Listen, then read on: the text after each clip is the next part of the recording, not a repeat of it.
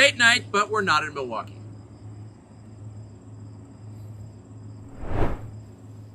Mr. President, thanks for joining us. Thank you. Why aren't you at the Fox News debate tonight in Milwaukee? Well, a lot of people have been asking me that, and many people said you shouldn't do them, but you see the polls have come out, and I'm leading by 50 and 60 points.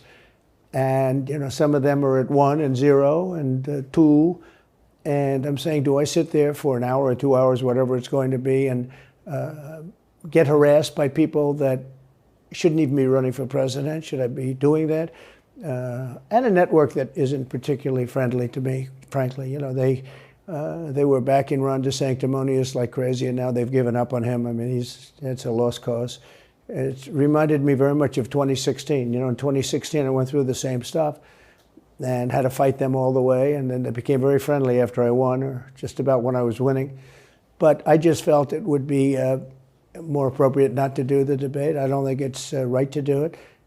If you're leading by 50, 60, I have one problem leading by 70 points, and I'm saying, why am I doing it? And I'm going to have 8 people, 10 people, whoever made the debate, I don't know how many it is, but I'm going to have all these people screaming at me, shouting questions at me, all of which I love answering, I love doing, but it doesn't make sense to do them. So I've taken a pass, as you probably noticed. I did. I'm grateful that you did. It's interesting, though, because you spent a lot of your career in television. Yeah. You had a top show in television on NBC. But you don't feel the need now running for president to do television, obviously. Do you think television is declining? Well, according to a poll that I guess we just saw, it just came out where it's down like 30, 35%, but I think they were referring to cable. I think cable's down because it's lost credibility. MSNBC, or as they say, MSDNC, is so bad. It's so wrong what they write and what they do and what they say. It's fake news, as I said. I think I came up with that term. I hope I did, because it's a good one. It's not tough enough anymore. It's corrupt news. Really what you do is call it corrupt news, but somehow that doesn't play as nicely. But it is corrupt news. So you have MSNBC and you have CNN, who's absolutely doing no ratings at all. I mean, they're dead. But they're doing none because they don't have credibility. They really don't have credibility. Fox is way down, as you know. And the good old days are long ago. I will say this, it could come back, but they just don't have a lot of credibility, Tucker. You know that perhaps better than anybody. I think it was a terrible move getting rid of you. You were number one on television, and all of a sudden we're doing this interview, but we'll get bigger ratings using this crazy forum that you're using than probably the debate or competition. When you say there are people on stage who shouldn't be running for president, who do you mean? Well, I don't want to really use names, but it wouldn't matter too much. A guy like, I call him Ada Hutchinson. It's Asa, but I call him Ada. Why do you call him Ada? I could tell you, but I don't want to get myself in a little trouble. But he's weak and pathetic, and he was, I never understood the guy, never knew him. He was the governor of Arkansas, not a very popular guy. I don't know how but that state is such a great state. The people are so incredible in that state, and they love me and I love them. How does this guy get elected governor of Arkansas? But he's nasty always, and has been. A guy like Chris Christie, the guy left with a 8%, think of it, 8% approval rating in New Jersey. Now he's running for president, and he runs solely on the basis, let's get Trump. He's like a savage maniac. He's like a lunatic. And that's all he talks about. His poll numbers are very, very low. He's about 2%. What's he like? You know him well. No, I've been friendly with him over the years, but I couldn't give him a job because I just never trusted him very much. I was just never one of his people that really trusted him. I never gave him the job. And that's one of the reasons he feels so hurt and so betrayed. And I understand that. I really do. I understand it. But I never gave him. He wanted to be different things. He was looking at different elements of the administration, and I decided I didn't want to do it. And now I'm glad I did, because you see, but we had some great people. I had great people. We'll have even better people if we do this, because now I know Washington. Before I didn't know Washington. But guys like Bill Barr were terrible. I mean, they were, I would say, Bushies. I say that with respect to the Bush family, but they were Bushies, and it doesn't work out for us. It was clear, this is kind of far afield, but it was just interesting. I read Barr's account of his time. He wrote a book about it. Right. His autobiography. And in it, he lies about Jeffrey Epstein's death. clearly lies. Do you think Epstein killed himself sincerely? I don't know. I will say that, he was a fixture in Palm Beach. Yeah. I don't know what Barr said about it either. I have no idea what he said. What did he say? He killed himself, probably? He said he killed himself and that they were going to do this investigation. They never did the investigation. It's never been public. Well, and they hid it. And why are they doing that? He And clearly Barr knew. But why would Bill Barr be covering up the death of Jeffrey Epstein? Bill Barr didn't do an investigation on the election fraud either, okay? He said he did, and he pretended he did, but he didn't. McSwain, the U.S. attorney in Pennsylvania, Philadelphia, said Barr just wouldn't let him do it. It was crazy. Barr became so petrified, so frightened of being impeached. They were going to impeach him. I don't know if you remember it. Yeah. It's not a big moment in history. But they said, we're going to impeach. They play a much rougher game, the left, the lunatics. And they were going to impeach Bill Barr, and he was petrified. Now, how do you not get impeached? Don't do any of this stuff.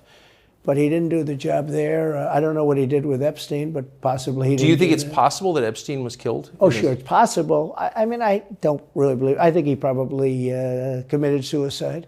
He had a life with, beautiful homes and beautiful everything, and he all of a sudden he's incarcerated and not doing very well. I would say that he did, but there are those people. There are many people. I think you're one of them, right? But a lot of people think that he was killed.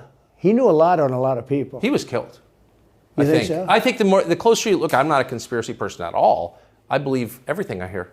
But yeah, the closer you look into it, I mean, the Attorney General of the United States, your Attorney General, clearly lied about the Epstein death. Yeah, and he was. Why? He was certainly. It wasn't well done. They had no cameras. They had no anything. Everybody was sleeping, and a case could be made. Look, I'm not going to get involved in it, but I can tell you, a case could be made either way. But it certainly wasn't the most well-run place. So the reason I'm asking you is I'm looking at the trajectory since 2015 when you got into politics, for real, and then won.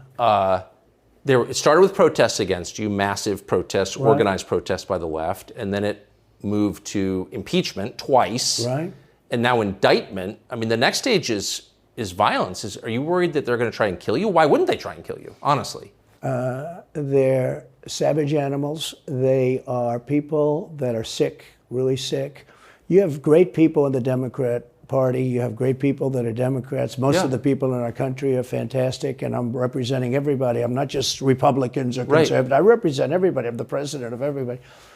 But I've seen what they do. I've seen the lengths that they go to. When they make up the Russia, when that's exposed and they go down, and Barr should have gone after them, and other people should have gone after. And they did very late, because the Durham report came out. It was fairly good. It could have been a lot tougher, I guess, but it was fairly good. But it explained how corrupt it was.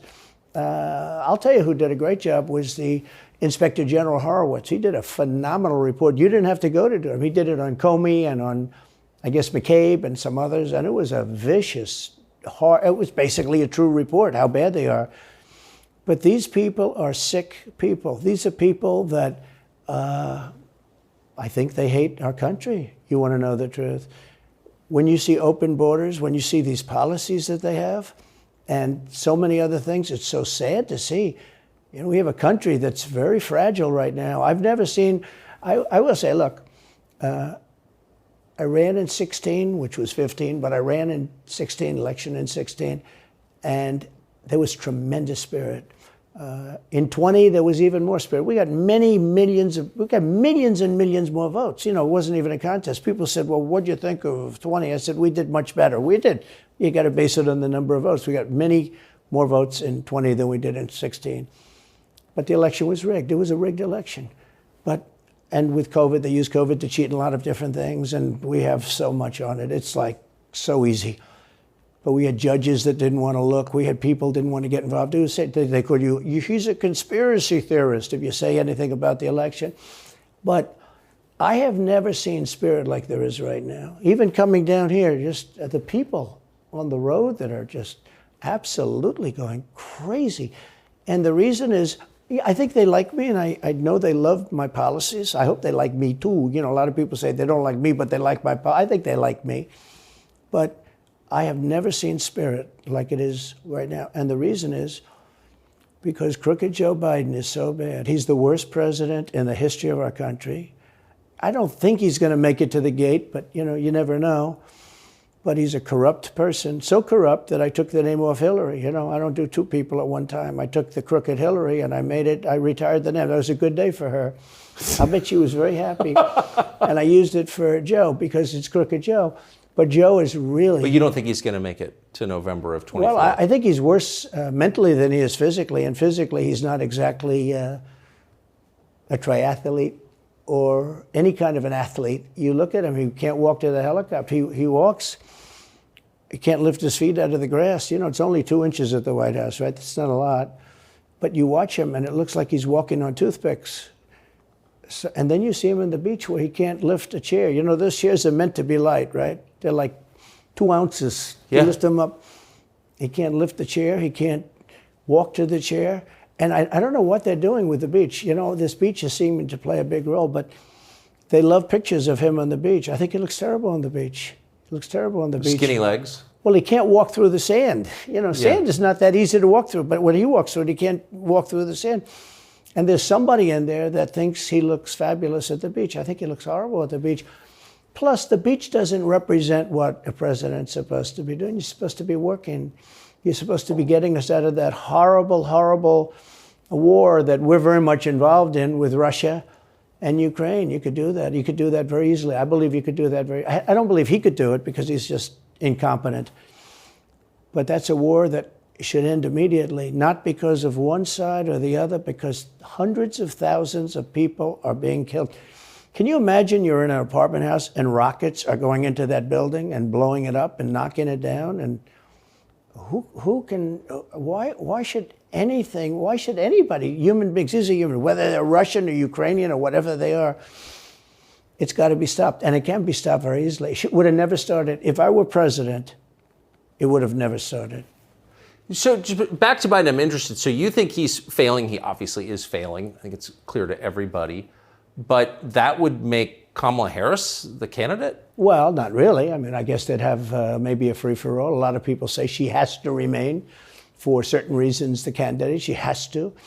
I don't think that's true, actually. I don't think that other people would stand for it. She has some bad moments. Her moments are almost as bad as his. I think his are worse, actually. Yeah. But she seems pretty senile, too. She speaks in rhyme. It's weird. It's weird. But she has bad moments. And in rhyme? What do you... Well, the way she talks, the bus will go here and then the bus will go there because that's what buses do. And it's weird. The whole thing is weird. This is not a president of the United States future. And I think they probably have some kind of a primary and other people will get involved. Newsom, right? Could be. I always got along well with him, believe it or not. But could be him, could be somebody else. He's got a big load on his shoulders because you look at California, what's happened. But I don't know if the American people really, the people that vote for him, I don't even know if they care. You look at so many of the things that are going on, and people don't seem to be, in the old days, if you had a bad record, it meant a lot. Today, if you have a bad record, it doesn't really mean anything. He looks good, he's a nice-looking guy, speaks well. But Biden, every time you watch him talking, it's like he's walking on eggs. You're waiting for him to collapse. And he almost always does.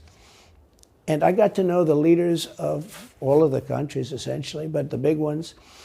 And the bigger, the tougher the leader. It's like sort of, I guess maybe that's the way it's supposed to be. But I got to know President Xi of China and Putin and Kim Jong-un, North Korea. Did a great job with North Korea, kept us out of a nuclear war. We would have 40,000 dead soldiers right now. They'd drop a nuke right on top of the military base. But we have 40,000 soldiers over there. And I did great. I got along with him great. That's a positive. The press said, he said nice things about Kim Jong-un. I also said horrible things at the beginning. Horrible enough that he wanted to talk. And we talked and we met in Singapore. We met actually twice. And we had unbelievable meetings. I know him very well. We were in great shape with him. What do you think he and Xi and Putin think of Biden? I think they can't believe it. I think they probably say this is some kind of a system. They had great respect for our country. They respected me. They had great respect for our country when I was there. every one of them. Look, if you go to North Korea, you take a look at what happened. You know, the Olympics was dead. South Korea spent billions on the Olympics. Nobody was going to go. They didn't want to get blown up. They called me and they said, we are going to let the Olympics proceed. This is North Korea. I said, you should go into the Olympics. Put your athletes in. It wasn't like, they were big on athletes because, famine. But they went in and they actually participated. And within about 2 days, the entire thing was sold out. And if it wasn't me, that would have never happened. But I got along very well with him, and that's a positive thing. He does have massive nuclear power, by the way. And if Hillary would have gotten in, or if the Obama thought process continued, it would have been a nuclear war, absolutely, with North Korea. He was expecting to go into a war, and it would have been a nuclear war. So do you think the rest of the world looks on at Biden and thinks someone else has got to be running the government? Well, somebody else has to be. I don't think he's capable of doing anything. Look, when I debated him, I said, how come, and this was in front of probably not a friend of yours, Chris Wallace. He was the moderator. Not a friend. I said, why is it he wants to be Mike, but he doesn't have the talent? It's one of those bitchy little man. He wanted to be his father, but he didn't have the talent of his father was great. His father, a little fussy man. His father interviewed me in 60 Minutes. It was actually a 10. Can you believe it? No, I totally believe. His father had talent, at least. I may have been the only guy that he gave a good 60 Minutes to. He was rough. Really? His father was tough. He was great, though. He was great at what he did. But Chris Wallace was so upset. He was guarding this guy who wouldn't do a show, by the way. He wouldn't do. I figured. I didn't mind Chris Wallace because Biden wouldn't do a show. And it was very obvious. He kept asking him, but he wouldn't do the show. So I figured he's got to like me. But he came from a different planet. But remember when I asked the question, why is it that the mayor of Moscow's wife is allowed to give you $3.5 million? Don't forget, that was brought up. Now it's brought up all the time. But that was brought up by me long before anyone ever heard of it. I said, the mayor of Moscow's wife giving you $3.5 million. What did you do to deserve $3.5 million? To Biden. And Chris Wallace said, this has nothing to do with the debate. I mean, he fought. He got in the way of the question. No, it was crazy. And I said, well, wait a minute. He got $3.5 million from the mayor of Moscow's wife. Now, people forget that, but if you go back and take a look, you will see. And Chris Wallace didn't want me to ask that question. I said, I think it's a very appropriate question. It turned out to be much more appropriate than people thought. Amazing. So do you have a preference in, assuming you're the Republican nominee and all goes as you plan it to go, do you have a preference in who you run against? In many ways, I'd love to run against him because his record's so bad. It's still horrible when you look at inflation and everything else, but others also have very bad records. I mean, California's a bad record, so, should it be Gavin or should it be somebody else? When I look at San Francisco, what's happened to that incredible city. That was one of the greatest cities in the world just a short while ago, and now it's very sad when you look at it. Los Angeles, every city practically, all the Democrat-run cities. Republican-run cities are doing very nicely because they arrest people when you have crimes, and they don't go after political candidates because they think it's good. It's been amazing. My poll numbers are the highest I've ever had, but because people understand it. Can I just ask you, that yes. gets back to my original question. So if the protest didn't work, you got elected anyway. Yeah. Impeachment didn't work twice, obviously. Indictment is not working. Your poll numbers go up. When they raided Mar-a-Lago in August of last year, your numbers went up. They can indict you 20 times and you're not gonna lose the Republican primary because of that. Well, it makes it look even more ridiculous. I mean, the 4 indictments, and maybe there'll be more. I don't know. These people are crazy. But they're counterproductive. So if you chart it out, it's an escalation, is what I'm saying. Yeah. So what's next? After, try to put you in prison for the rest of your life, that's not working. So, don't they have to kill you now? I think the people of our country don't get enough credit for how smart they are. And I'm not sure I would have said this 10 years ago, but they get it. They really get it. When somebody gets indicted, your poll numbers go down. When somebody gets indicted, you announce, ladies and gentlemen, I'll be leaving to spend time with my family and to fight for the rest of my life on this stuff. But you're out of politics. I got indicted 4 times. All trivia, nonsense, bullshit. It's all bullshit. it's horrible when you look, and you look at what they're doing. The boxes hoax, I'm covered by the Presidential Records Act. I'm allowed to do exactly that. He's not covered, and he's got 25 times the number of boxes, and he's got them stored in Chinatown. He's got them stored in a flimsy garage underneath his Corvette at Penn. And by the way, at Penn, he gets millions of dollars. China pays this guy millions of dollars. See, I think he's the most corrupt president we've ever had.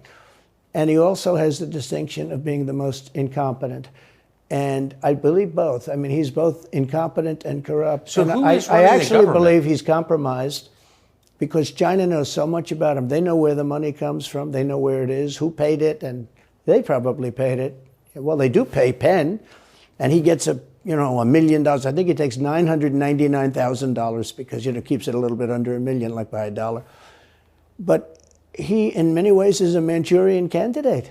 We have a Manchurian candidate, and he's afraid to tell Russia to get out of Cuba. He's afraid to tell China to get out of Cuba. He's afraid. China now is building, think of this, China is building military installations in Cuba.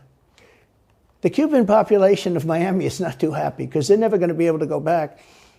And you don't even hear about it. And the worst culprit is the press, the media, because normally, when I first heard that China's building installations in Cuba, and installations means military installations, okay, they said just some communication. They did that on the islands with Japan. They took the island, they started this massive construction, and they told everybody, including the Japanese have to be very careful. They told everybody that this is a housing development. They're going to build a housing development. And I said, how come the runway is 20,000 feet long? Private jets need 4,000 feet. They don't need 20,000 feet. The big ones need 20,000 feet. They don't even need 20. And I looked at the runway. I said, that's the largest runway ever built, both in width and length, for housing development. There's nobody that has a plane that big that you would have a runway that's Why is for China testing. allowed to conduct imperialism in our hemisphere? Well, yeah, and it's far beyond Cuba. It's all over South America. Yeah, in the Caribbean. So we built a thing called the Panama Canal. We lost 35,000 people to the mosquito, malaria. Yeah. We lost 35,000 people building. We lost 35,000 people because of the mosquito. Vicious. They had to build under nets. It was one of the true great wonders of the world. As he said, one of the 9 wonders of the world. No, it was one of the 7. It happened a little while ago, It says 9 wonders of the world. You could make 9 wonders. He would have been better off if he stuck with the 9 and just said, yeah, I think it's 9. But this is one of the true 7 wonders of the world. And you take a look at the Panama Canal. It was such an incredible engineering marvel. We sold it under Jimmy Carter. We sold it to Panama for $1. The following day, they quadrupled the amount of money that ships had to pay to get across. They didn't lose one ship. And now they've made it much bigger, and now they've widened it. They've doubled it, right? They've more than doubled it. And it's one of the most profitable things. Any time it's just incredible, right? We gave it away for $1. China now controls it. They actually control the Panama Canal. They run it, they control it. And we shouldn't let that happen. And we can't let China be in Cuba. And they'll get out. If I'm president, they'll get out. Because I had a very good relationship with President Xi, but he respected this country, he respected me. And he'll get out. And we can't let them run the Panama Canal. We built the Panama Canal. Should have never been given to Panama. We should have had it. But we gave it for $1. Think of it. They quadrupled. In one day, they lifted the fees, which are, pretty big for these massive ships to go through, right? Rather than going around the Cape and through all the tremendous storms, such beauty, it's beautiful stuff. But you didn't want to get caught in those storms. Those were storms that wiped out the biggest ships. And we go through the Panama Canal, we built it, and we gave it away for $1. Think of that, how stupid are we? We have done the stupidest things in this country. And now we have a president that can't put 2 sentences together, can't speak, can't walk, can't talk. I don't think he gets to the starting gate, but these people do miracles. I mean, he ran out of his basement, and you got away with that one because of COVID, so he sort of got away with it. They cheated on the election, But you have people that are very smart, but they're fascists and they're radical left lunatics, and they're destroying our country with the all-electric cars and the windmills all over the place, which, by the way, don't work, and they're all, most of them made in China. For the most part, they're made in China. Germany a little bit, but China. But you look at what's happening to our country, even no voter ID. I mean, why don't they want voter ID? There's only one reason they don't want voter ID, because they want to cheat. I mean, who doesn't want, the Democrat convention, the last one, they had voter ID that was this big. It looked like a prison card, this big on their chest. You walked in, they had your picture, your this, your fingerprint. They had everything. The most incredible voter ID I've ever seen. That was to get into the Democrat National Convention. But to get into vote, if you buy groceries, if you buy practically anything now, you have ID on a card, credit cards or otherwise. But don't you think it's racist to have to show your ID? Well, they probably say that. They use anything not to show ID, because voter ID is pretty simple. And we could go back, and we should go back to all paper ballots, voter ID, same-day voting. France did it. France had mail-in ballots, and it was terrible. Anytime you have mail-in ballots, you're going to have massive cheating on your elections. Anytime, but not just the presidential election. Anytime you have... Isn't that the whole point of them? Yeah. So you can cheat? Oh, yeah, sure. It's their whole point. That's their whole point. They want to cheat, yeah. They have to cheat because their policies are so bad that if they didn't cheat, they couldn't get elected. Who wants open borders? Who wants high taxes? Who wants high interest rates? Who wants to not be able to use a gas stove or have to drive an electric car, which, you have a 4-hour drive, but the car only goes an hour and a half, so you have to charge it. The happiest moment for somebody in an electric car is the first 10 minutes. In other words, you get it charged, and now for 10 minutes.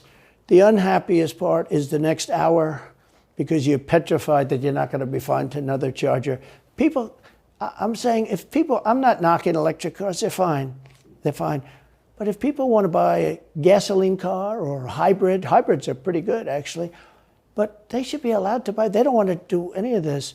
So right now, California's in a big brownout because their grid is a disaster. The grid all over the country is sort of a disaster, but the grid in California. And yet, they want to have, in a very short period of time, millions and millions of cars going off that grid, essentially. It doesn't work. So plug your car into a grid that's failing. You should be able to buy an electric car. Electric cars could be fine if you drive short distances and you want to have, whatever, and you have plug-ins everywhere you go. They could be fine. But you got to have gasoline cars. You got to have everything. Let people buy everything. Now the new thing is your heating systems in the house. They don't want you to have a modern day heating system. They want you to use a heating system that will cost you at least $10,000 to buy and won't work very well. None of the stuff works as well. One of the things I did with EPA is you have states, many states, most of the states have so much water. It comes out of heaven, right? The water pours down and you have it. It's there. It's got to go wherever it goes, into the oceans, whatever. It's not like a big problem. Now, in some states, they have a problem. You have some desert areas and all, and for that, it's okay. But they have sinks where no water comes out. You turn it on, no water comes out. No water comes out of the shower. No water is allowed to go into the washing machine for your dishes or for your clothing or what. And I avoided all of that. Wait, they have sinks where no water comes out? Sure, you have restrictors. When I say no water, very little water. You want to wash your hands, right? Yeah. And you've seen this, and you turn on the sink and it's very little. Or you want to wash your beautiful hair, right? And you're standing under a shower. Then the suds never go. The water comes out very slowly. I'm sure you've seen this. It usually takes place in new hotels and new homes. Yeah, you take a drill and take the they have limiter out. Well, you can, but now they make it so you can't do that so easily. They have a restrictor. It's called a restrictor, and it restricts the water from coming out. So I ended all of that, and you have to see these. They let the water come out. You know what people do? They wash their hands like 5 times longer, or in the washing machine, they'll press for their. Let's say the dishwasher, they'll press it, then they'll press it about 7 or 8 times. Yeah. They'll end up using more water, and it still won't be very good. I met with the head of Whirlpool. They were practically going out of business during my administration, and they said to me, from Ohio, incredible, great state, I love Ohio, and they were really doing badly because people were dumping washing machines all over, mostly from South Korea, but also from China. And he was explaining it's just a terrible situation. I said, let me ask you, how's the quality? He says, we're better, but they are good enough quality. But, of course he's going to say that. But, they are better. He said, but they don't allow us. They're dumping these machines. They're cutting us in half. They're killing us. And on top of it, the government won't let us use water in our machines. I mean, he shows me like a quarter of a bottle of water. That's supposed to be washing clothing. And I freed it all up, and I put tariffs on these countries that were selling and the machines coming into the country. And that company went from all the washing machine companies, they make washing machines, they make dryers, they make all of the different machines that do this kind of work, including dishwashers. And they went from a disaster area to being just thriving. But can I ask, they love me in that part of Ohio. Well, I bet they do, but why should EPA, no one at EPA was elected by anybody, why do they have the power to decide how much water your washing machine uses? Shouldn't Congress in a democracy get to vote on that? Yeah, you could say that. They do things that are not very... So how do you, that's my question, how do you, if you get elected again, go back to Washington, how do you keep the agencies under control? How do you keep FBI and CIA specifically under control? The way you do it, like I fired Comey, that was a big deal. A lot of people said, and I fired him very early. Somebody said, I wish you would have fired him. There was a real question about firing him. Anyway, you understand, because, when they have a 10-year term, there is a question. I fired Comey. That was a great thing. If I didn't fire Comey, maybe I wouldn't be talking to you, or I'd be talking to you about real estate or something else other than politics, right? That was a coup, in my opinion. That was a very sick deal. That was the insurance policy. You remember the insurance policy? Oh, she's going to win, darling. She's going to win. But just in case she doesn't, we have an insurance policy. And insurance policy was what they were doing. And we caught them with that. That was a very important tweet or whatever it was, text. It was a big deal. That was a big deal. The insurance policy. She's going to win 100 million to 1. That's not good odds. At least they gave me 1, right? 100 million to 1. But just in case she doesn't win, we have an insurance policy. And everybody said, that's strange.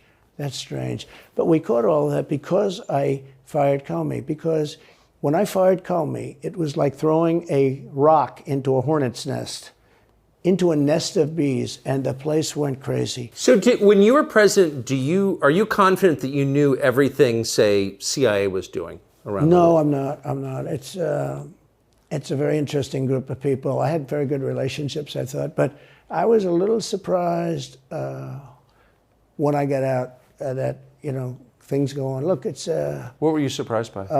I was surprised. I think it's some of the people. I was surprised that there was...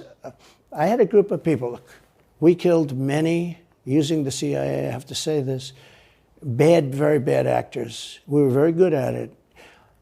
You look at Soleimani, you look at al-Baghdadi, bigger than Osama bin Laden. I mean, Osama bin Laden, but al-Baghdadi did ISIS, and he was rebuilding ISIS very strongly. And that was the CIA that did that? That was really us that did that. Yeah. That was really us that did that. And Soleimani was us that did that, not so much CIA. But we did some very good work with the CIA. What I started, when I looked at the 51 intelligence agents saying that was the laptop from hell was Russia disinformation, when I took a look at that, I said, that's a horrible thing. They knew it wasn't. They knew it was not. And by the way, you're talking about cheating on the election? McLaughlin and Fabrizio, great pollsters, they said a thing like that plus other things meant anywhere from 10 to 17% of the vote would change. Whatever happened to Mike Pence? You've always been nice to Pence. I've never heard you criticize Pence. You've defended him in public many, many times. He's out there attacking you. What is that? So Mike wants to run for president. You got to understand, in my opinion, Mike Pence had the absolute right to send the votes back to the legislatures. The Democrats and everybody said, you don't have the right. In other words, what I said, is he a human conveyor belt? You mean if he finds fraud in Pennsylvania, in Georgia, in any of these states, Arizona, he has to send them to Mitch McConnell, right? That's right, sir. Well, if he finds fraud, he has to? Yes, sir. I said, so he's a conveyor belt. Boom, put him in. I said, I don't agree with that. And we had some lawyers, not all, we had some lawyers that said, no, you do have the right to send them back to the legislatures to be rechecked. Because if you looked at what went on in Wisconsin, who, by the way, now agree with me, Wisconsin has been virtually, other than the fact they're not allowed to do anything statutorily. But Wisconsin has been, I mean, what they found is incredible. I mean, we won Wisconsin. But Mike Pence had the right, in my opinion, to send him back. Do you ever talk to him now? No, I haven't spoken to him in a long time. I was very disappointed in him. I didn't want to do what Thomas Jefferson did. Thomas Jefferson, it was Georgia. And it was, hear ye, hear ye, the great state of Georgia is not capable or allowed to tabulate their votes. And Thomas Jefferson, who was the vice president, said, is Georgia sure that they cannot tabulate their votes? Georgia is sure. He didn't send him back and have him redo it. He said, we will keep the votes of the great state of Georgia for Thomas Jefferson and his president. I didn't ask him for that. Could have done that too, but I didn't. I thought that would be turmoil. I asked him to send him back to his legislature, to the legislatures, you know, in Wisconsin, let's say. But why didn't he? I mean, you'd worked together for 4 years. You're the president. He's VP. You say you're aligned on everything. I think he got very bad advice. I really do. Now, let me tell you what happened. I sat there with a few people. I think his lawyer was in the room too. His lawyer was very much against it. There were other lawyers that felt you could do it. It was one of those things. I think you could have done it. I think you can always do something if you see fraud or if you see problems. But it's very interesting. So after the election was over, the rhinos got together with the Democrats and they redid the election, so you couldn't do it anymore. So then I called the people. I said, so in other words, you're saying I was right. You could do it. Yes, you could do it. In other words, they took the Voting Act and they redid it so the vice president no longer has the power to do what I said he could do. So when that happened, I said, wow. And you know, you'd look some of these Democrats in the eye and they'd say, he has absolutely no right to do it. And immediately after the election, they met rhinos, could name them all, and Democrats, and they approved legislation that takes away the right of the vice president to do it. So I said, so you're saying I was right. The vice president did have the right to do it, and they said, yes, he did. So if you're saying they stole it from you last time, why wouldn't they do the same this time? Oh, well, they'll try. They're going to be trying, yeah. And not only me, you know. Look, DeSantis is out. I think he's gone. So he was at a level. People have figured him out. He's gone. But if somebody else got in, other than me, they'll go at him just as viciously as they did me. These people are sick. They will go after them. And a lot of people say they won't be able to hold up. I do get credit for holding up quite well, I must tell you. I think it's... How do you do that? How do you get indicted, you know, every week and stay cheerful? I think it's a lot easier because I'm so high in the polls, because it means the people get it. The people see it's a fraud. The people see it, like this horrible district attorney from just a little while ago, from essentially Atlanta, that's Fulton County. She said, basically, I don't have any right to challenge an election. Well, what about Stacey Abrams? What about Hillary Clinton? What about all of these Democrats that are still challenging my election? The same people that are saying he's challenging an election challenged my election. And they did it with slates. They did it with all sorts of things. They were very bad about it. But basically, they're suing me and they're saying you don't have any right to challenge it. If you challenge an election, we're going to indict you and put you in jail. So what they're doing is they've weaponized. And don't kid yourself, the DOJ and Biden and the whole group, they're watching all of this stuff. They love the local stuff. You know, the DA in Manhattan.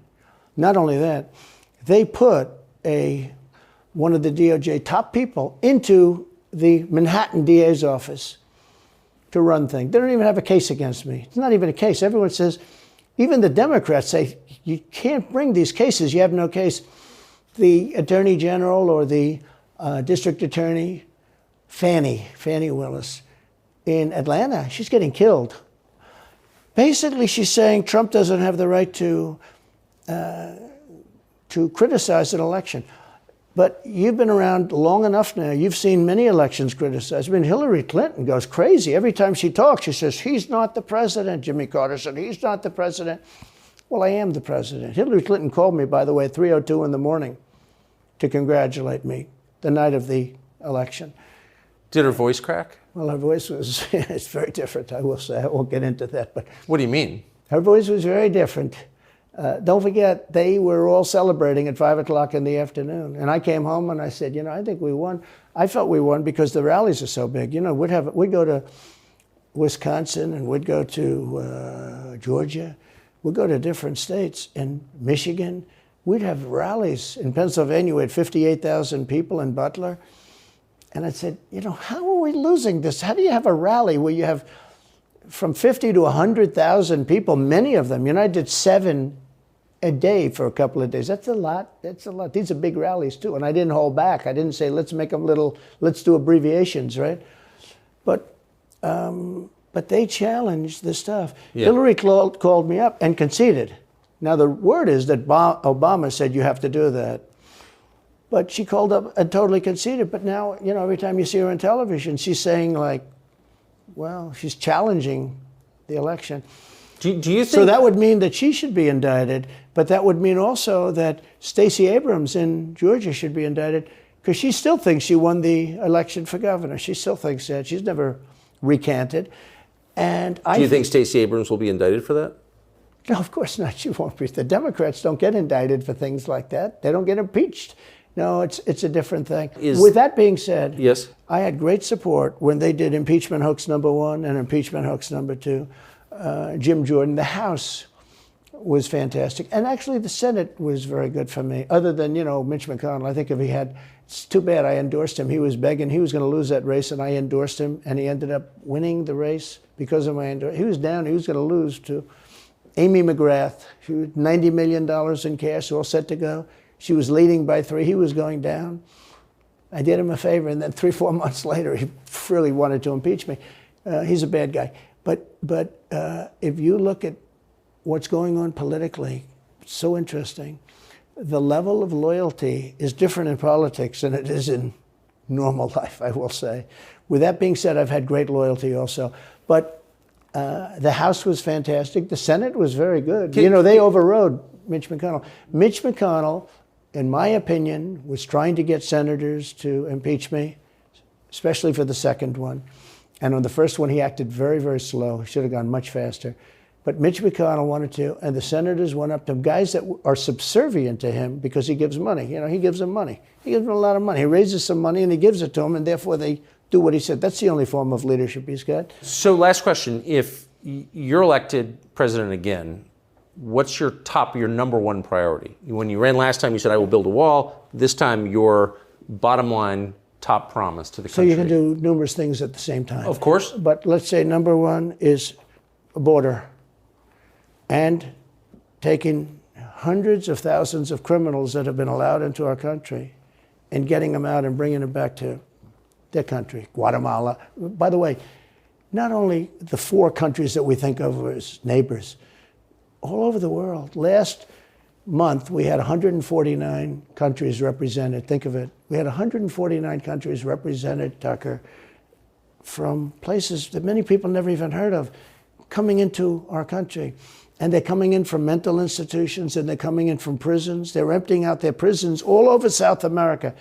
They're emptying out their mental institutions. Terrorists are pouring into our country. We have no idea. I had the strongest border in the history of our country, and I built almost 500 miles of wall. You know, they like to say, oh, was it less? No. I built 500 miles. In fact, if you check with the authorities on the border, we built almost 500 miles of wall. And I had another 200 that I was going to build. You know, it's like water, it seeks. And we're going to build another 200. We built it. It was all set to go. All they had to do was install it. It would have taken 3 weeks. And that's when I found out. I said, I think these people actually want open borders. The first thing I would do would be I would seal up the border good and tight, except for people that want to come in legally. Do you think we're moving towards civil war? There's tremendous passion and there's tremendous love. You know, January 6th was a very interesting day because they don't report it properly. I believe it was the largest crowd I've ever spoken before. And you know some of the crowds I've spoken before.